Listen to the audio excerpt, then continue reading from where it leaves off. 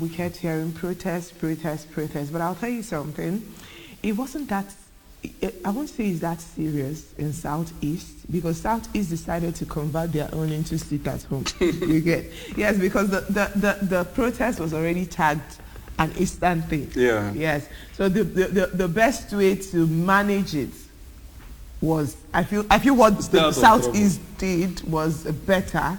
Stay out of trouble. You get? It's not like you're against the fight. Yeah. But don't just be in the real. Don't be there. So, but the truth of the matter is, anyhow we look at it, you see hardship. It is touching every single soul. Even the rich. Even the rich. Because, for instance, let me say you're rich and you feel you're saving for your children, you will know that whatever you're dropping in that account will be useless in the future. Because with the way the inflation is going, exactly. You enter the market with 50K and you're coming with one small nylon. Someone was arguing this fact, so I cited an instance for him. I used the BB Niger that is happening also at this time. I said, the prize money for BB Niger now is 100 million.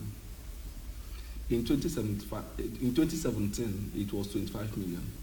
If you calculate it by... No, the last one was 120. No, I mean in 2017, it was 25 million. Yeah. I now told him, if you calculate it by dollar exchange rate, Then 2017 was $75,000. Yeah. Now it's $62,000. So the people that entered the house 5 years later, even though the money is bigger, have less purchasing power. That was when the person understood the impact of the... but meanwhile, let's introduce our guest slowly. We got into the discussion. Sebastian Okoye. This topic is touching everywhere. That's why you see people carrying no protest, still talking about it. It just makes you feel somehow. Sebastian is our public affairs analyst. It's been long we had him here, so it's wonderful having you here again to discuss this important issue with us this morning. Thank you for So we're looking at hunger protest way forward. Where do we go from here? It's 2 days. The organizers said the protest will last for 10 days, August 1 to 10th. There is one that has already happened on Thursday. There was yesterday mostly in northern Nigeria and southwest. And then Edo also had yesterday. Yes. Now today we have the third day of the protest, or the third day of the End Bad Governance in Nigeria protest, or what other people call hunger protest, or what some papers call August protest, whatever one you choose for it. So we are in the middle of it, and it is important we have this discussion. So what is the way forward? How do we even get here? Did you see it coming? Like, I won't lie, with the way it was going when you enter markets. I felt like it's like when you push a goat to the wall. At a point, it has no other option than to develop teeth to bite. That's how I saw it. But some people will say, no, it's still too early. No, it's not supposed to happen now. So, in your own analysis, do you think it's too early? Did you see it coming? Well, I always knew it was going to get to a point where people who have no option will take the one last option left to vent their anger, either on the wrong person or on the right person. I knew it was going to get to that point because before the coming week runs out, I must have to buy a bag of rice. The last one I bought was around 40,000. I have a small family, so we don't eat it much. And now, was that a full bag, 50 kg? Yeah, 50 kg. Okay. So now I'm going to get it for 85,000, right? So it's an interesting time. So you cannot say it's unpredictable or unforeseen. We've always seen it. Started from the little things. The primus of all of them is fuel. I started from fuel price increased, and every other thing followed suit. I think it's time for the government to look inwards, discuss with themselves, and then find the right words to douse this tension. because this protest might come and go, but the government will not remain the same. People will turn violent. More violent things will happen. Like if this is not addressed, whether properly or not, more violent things will happen. So let's even understand. The government has been saying, or I want us to understand the two parts. The protesters are demanding, or Nigerians are demanding for a change in policy, like you said. You talked about the cost of fuel price and some other things. But the stance of the government is that these are the realities of the time, that across the world there is serious economic challenges, and that they are left with no other option than to be here. In fact, the president said, and one of the stories we read this morning, their reaction is that the excruciating reforms the government is having is actually the reasons why we're where we are, and that we'll get to a better place tomorrow. Do you agree with the government? Do you think there should be a way to make their reforms less excruciating? Well, judging by what the federal government have said to us, the citizens, judging by just what they said and the policies we've seen them put out, I would have been tempted to say we'll wait. But this revelation that started with Dangote about Malta refinery, this, that, I think if you find out the truth, it's really, really painful. You know, like in recent time, Nigeria has never exported up to $500 million worth of crude to Malta alone. Imported, you mean? Okay, exported, yeah, go on. That the trade between Nigeria and Malta Okay. in 2023 alone is like 2.1 billion from investigations done by anonymous. And it was a big jump. It was a big jump. And then the identity behind that business is, Gives cause. you know, so somehow I am in support of the protests very strongly, because, you know, personally I have not substantiated those investigations and claims, but it's a thing of concern. It's something that we need to pause and talk about as a country. And on the other hand, I am happy for my dear state Anambra. You know, it's not just because Igbos are not getting involved in The protests. I think it's because They don't really have much to protest about yes, in you terms know, of state government. yes, the state government have struck the right chords, you know, and then there's a little form of melody, and you know, there's calm. When you see that the government is trying to, you know, make you better, you know, I am a witness to it. The government is training young persons on skills. You understand, and it's something that stood us out. You know, no protest in Southeast, but there was in Imo. You know, that's to strike comparison and difference between the two administrations. I think from the day Governor Soludo entered the office, he has been striking the right chords, and I think that is why we are not involved. Not because the Igbos, as the notion says, intentionally backed out. Yeah, protests in the past have not favored the Southeasterners, Yeah. so I think it's a wise thing for them not to get involved this time.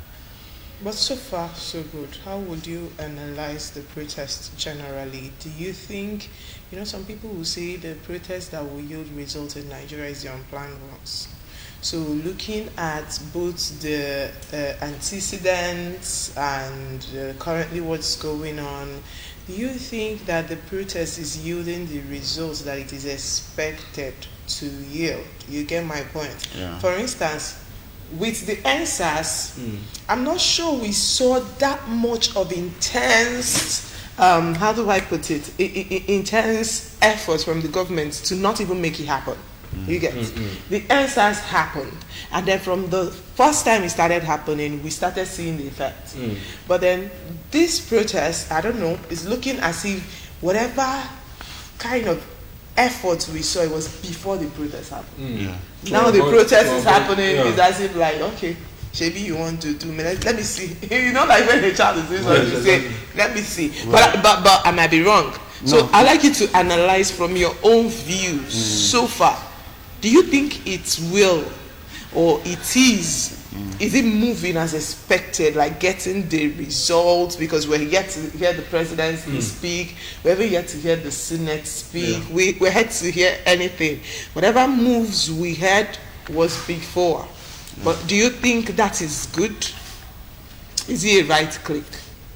No, like I don't feel good about the protest, especially at the end of day one. You know, the turn it's taking. I think the governments have really won the protest, because prior to the start of the protest, they made it really appear like a people versus government protest, with some government officials trolling citizens, something you cannot see in other sane climes. Yes. You know, the Senate president, who someone has fortunately called unfortunate, you know, trolling protesters, people who want to exercise their rights. I think the government have won because they want it to go this way. And it's going that way. Yeah, and I'm sure they must have infiltrated the protest with their mercenaries. Okay, so let's not assume.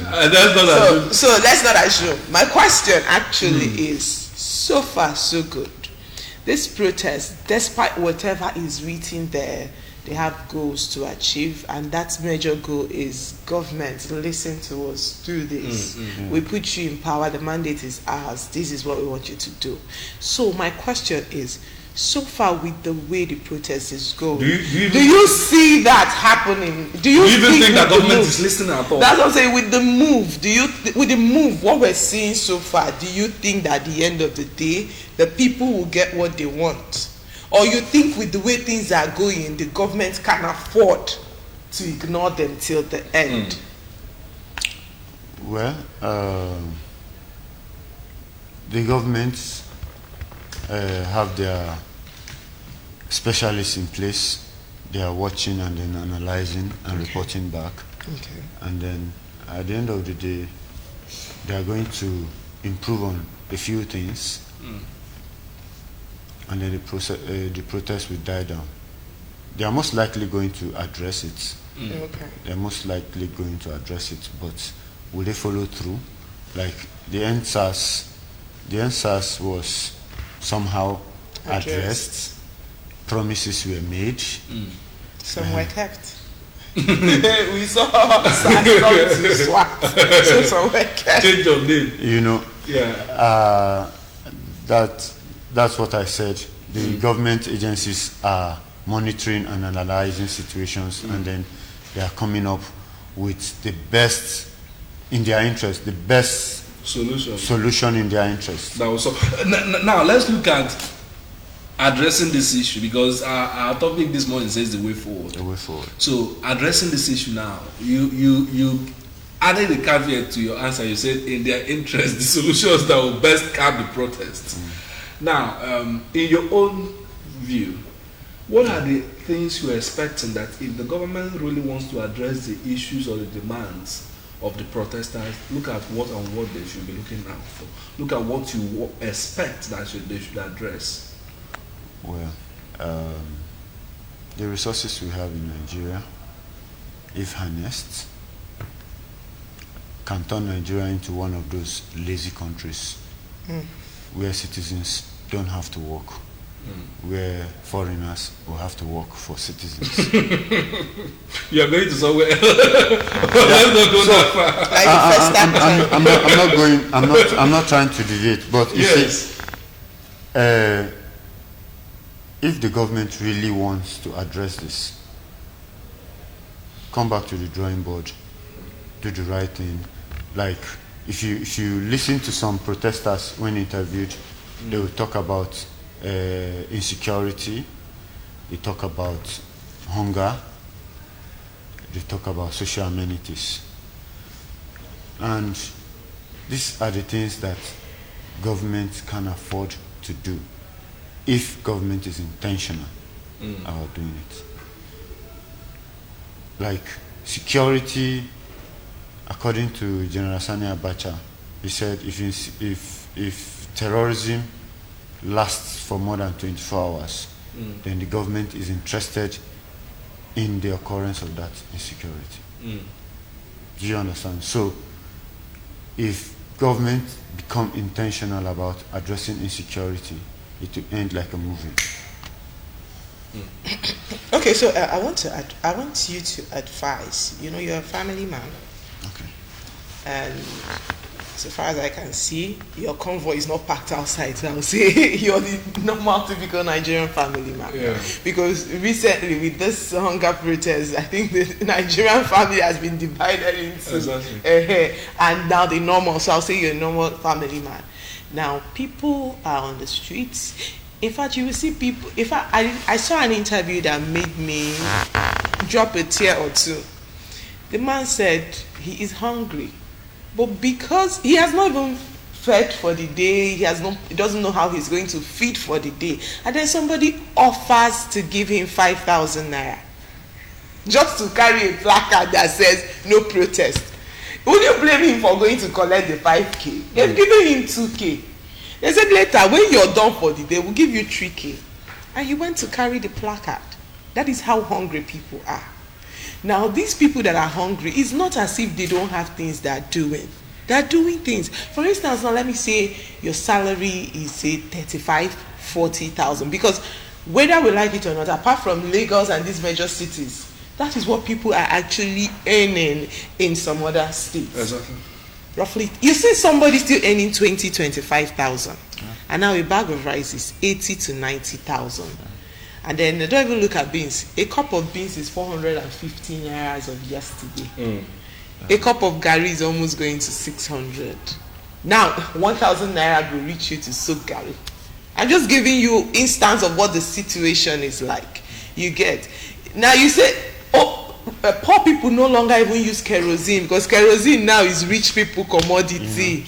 Even the gas not too cheap. So you look at all these things. My question is, how do you advise the typical Nigerian average man? Somebody will say, don't marry a wife. That somebody said, my only advice to a Nigerian man is make sure that your wife is not a housewife. Make sure your wife is working, you're working.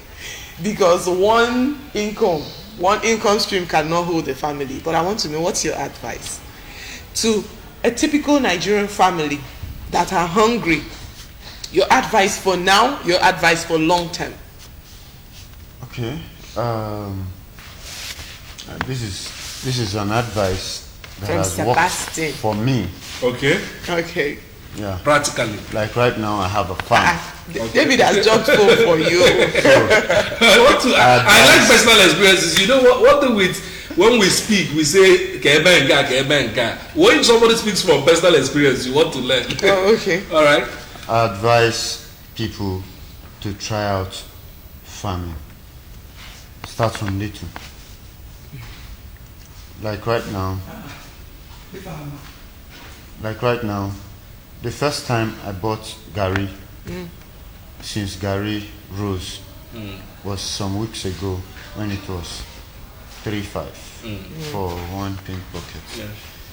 You know, and then last time I bought before then, I think it was 800. Now in between, I've been harvesting And processing. Maybe you call some job. But it's expensive harvesting and processing too. I am lucky. I have hands that help me. Okay. So harvesting and processing kind of helps. You know, I advise people to try out farming. If you live in your own compound and you have spare Space. space, plant vegetables and all those things, pepper, herbs that you use for cooking and all that. Because it's really crazy. Things are very, very ridiculously high in the market, and you can't blame the seller. They too are trying to survive. Like initially, people were asking, these people that are selling gari expensive, did they transport to the farm to go and bring it? But this is their bargaining power. After selling these things at the price you expect them to sell it, they cannot buy other things that have become ridiculously high. So they too have to get their prices up to be able to negotiate things. So I advise people to try out farming and try out other streams of income. That farming too can be another stream of income. If you farm in excess, you sell. You combine it with whatever you're doing. We need to survive, because if we are waiting for the government to do the right thing, social infrastructure, security, policies, stabilizing the economy, naira dollar, fuel price, they are not going to do it. We are going to wait till our children begin to wait. I don't want to take you on that. So, but that's a very strong statement. I don't want to take you on that. no, Let me government, sarcasm. the government. No, I'm being serious. The government, especially at the top, is not getting any better. Okay. It will get better. Let's hope with local government autonomy things will turn around, because government will be closer to the people. Let's hope so. But even at that, people should try out other streams of income. All right, thank you so much. I peeped, tried other streams of income, farming, very important. I found myself, I started, it's getting to everybody. But I feel like if we encourage farming a lot, I think the hardship will douse down. So, Sebastian Okoye, we want to thank you so much for your great analysis, your personal experience, sharing your advice. Thank you so much for coming on the weekend show today. Thank you. Pleasure is mine. All right, so we'll see you same time, same station. Is still the weekend show. The conversation continues across the country. The protest might continue. We don't know how it is, but Sebastian has tried this morning to provide solutions to some of these challenges. Stay with us. Still on the program.